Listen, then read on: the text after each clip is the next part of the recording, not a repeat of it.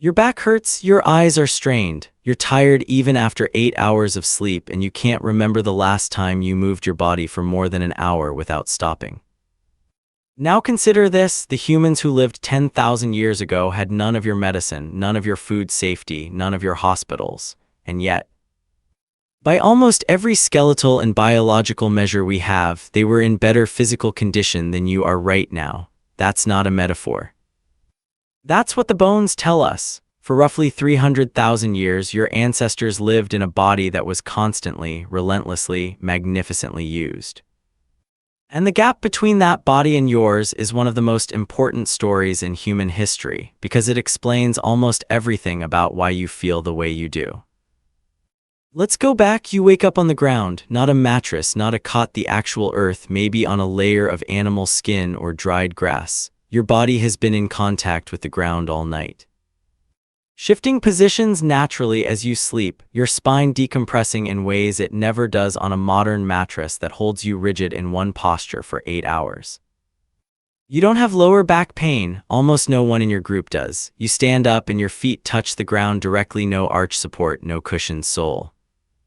The muscles of your foot, all 29 of them, fire and flex and adjust with every step. By the time you're an adult, your foot is a precision instrument. Anthropologist Jeremy De Silva, who has spent decades studying hominin feet at Boston University, found that hunter-gatherer populations who go barefoot or use minimal footwear have dramatically lower rates of flat feet, bunions, and plantar fasciitis than populations who wear modern shoes. The shoe, it turns out, is one of the most effective ways ever invented to slowly weaken the human foot. You begin to move, not exercise movement. There is no distinction between the two in your world. You walk, you climb, you crouch, you carry. Bioarchaeologist Timothy Ryan of Penn State analyzed the bone density of prehistoric hunter-gatherers and found it to be significantly greater than that of modern humans, including modern athletes. Your ancestors' bones were not just stronger, they were structurally different: denser cortical walls, thicker joint surfaces, the kind of skeleton that only forms when a body is loaded and used consistently from childhood. You are not doing cardio, you are just alive, the average hunter-gatherer, according to data compiled from populations studied by anthropologist Herman Poncer at Duke University, walked between 6 and 16 kilometers per day, and that was on days when nothing dramatic happened. On hunting days, the number climbed higher, and crucially, this movement was varied, not the repetitive motion of a treadmill or a rowing machine, but the chaotic, full-body, unpredictable movement of terrain that changes, objects that shift, prey that runs in directions you don't expect. Your joints were built for exactly this. Now let's talk about your teeth. The skeletal record from before the agricultural revolution, before roughly 10,000 BCE, shows remarkably low rates of dental caries, cavities. The kind of tooth decay that sends you to a dentist twice a year. Paleoanthropologist Alan Goodman of Hampshire College, who has spent decades analyzing skeletal evidence of dietary stress, found that the shift from hunting and gathering to farming correlates with one of the sharpest increases in dental disease in human history. Hunter-gatherers ate a wide variety of foods: meat, tubers, berries, nuts, leaves, insects, none of which were processed, refined, or soaked in sugar. Their oral microbiome was different from yours, more diverse, more stable, less prone to the bacterial overgrowth that destroys enamel, your mouth. In other words, was not designed for what you are putting into it. Let's reconstruct a typical day. You leave camp in the early morning with a small group.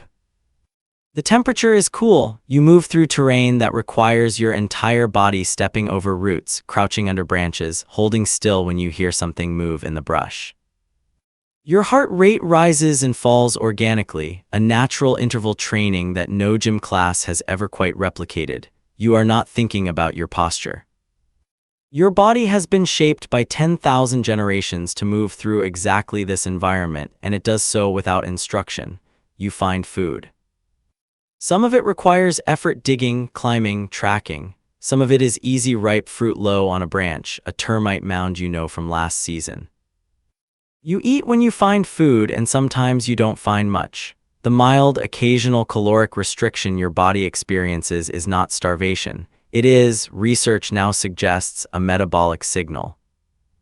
Biologist Walter Longo at USC has studied fasting biology extensively and found that periodic food scarcity, the kind your ancestors experienced regularly, triggers cellular repair processes, reduces systemic inflammation, and may extend lifespan. Your body was not built for 3 meals a day plus snacks. It was built for feast and fast.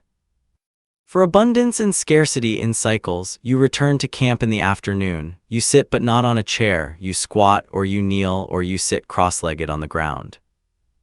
These positions are active. Your hip flexors are engaged. Your spine is not slumped against a backrest. Your glutes are not compressed against a flat surface for 6 hours. The human body has more than 600 muscles, and the chair, that deceptively comfortable invention, quietly switches off a significant portion of them every time you use it.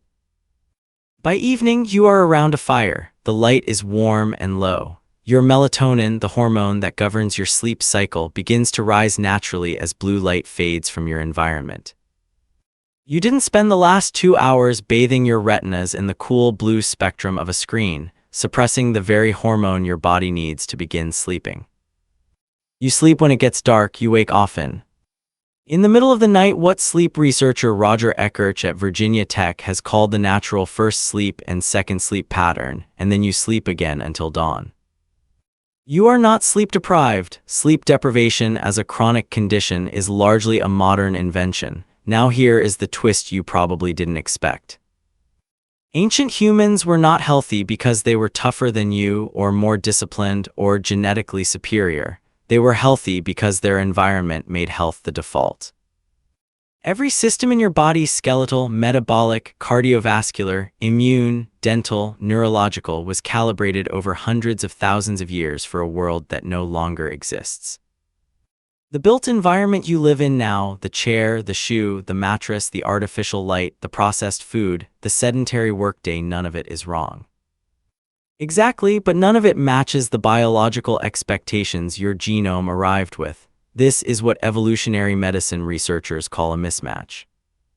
Your body is running ancient software on modern hardware, and the friction between them is the source of most of the chronic conditions that define modern life. Lower back pain, type 2 diabetes, myopia, obesity, periodontal disease, osteoporosis, anxiety disorders, these are not inevitable features of human biology. They are symptoms of a body used in ways it was never designed for. The bones of your hunter-gatherer ancestors don't lie. They were not free of hardship. Injury was common. Infections killed young, and life expectancy at birth was low, skewed badly by high childhood mortality. But the adults who survived were, physically, extraordinary. Their bones were dense, their teeth were largely intact, their joints showed wear patterns consistent with varied full-body use. They did not die of heart attacks at 55, they did not have obesity, they were not chronically inflamed. You carry their genome, every single instruction that built them is still inside you. The capacity for that body is still there, written into your bones and your metabolism and your microbiome, waiting for conditions that no longer arrive on their own. Your back still hurts, your eyes are still strained, and somewhere in your skeleton, buried under years of chairs and screens and shoes, is the architecture of something that once walked 12 kilometers before breakfast and felt completely fine.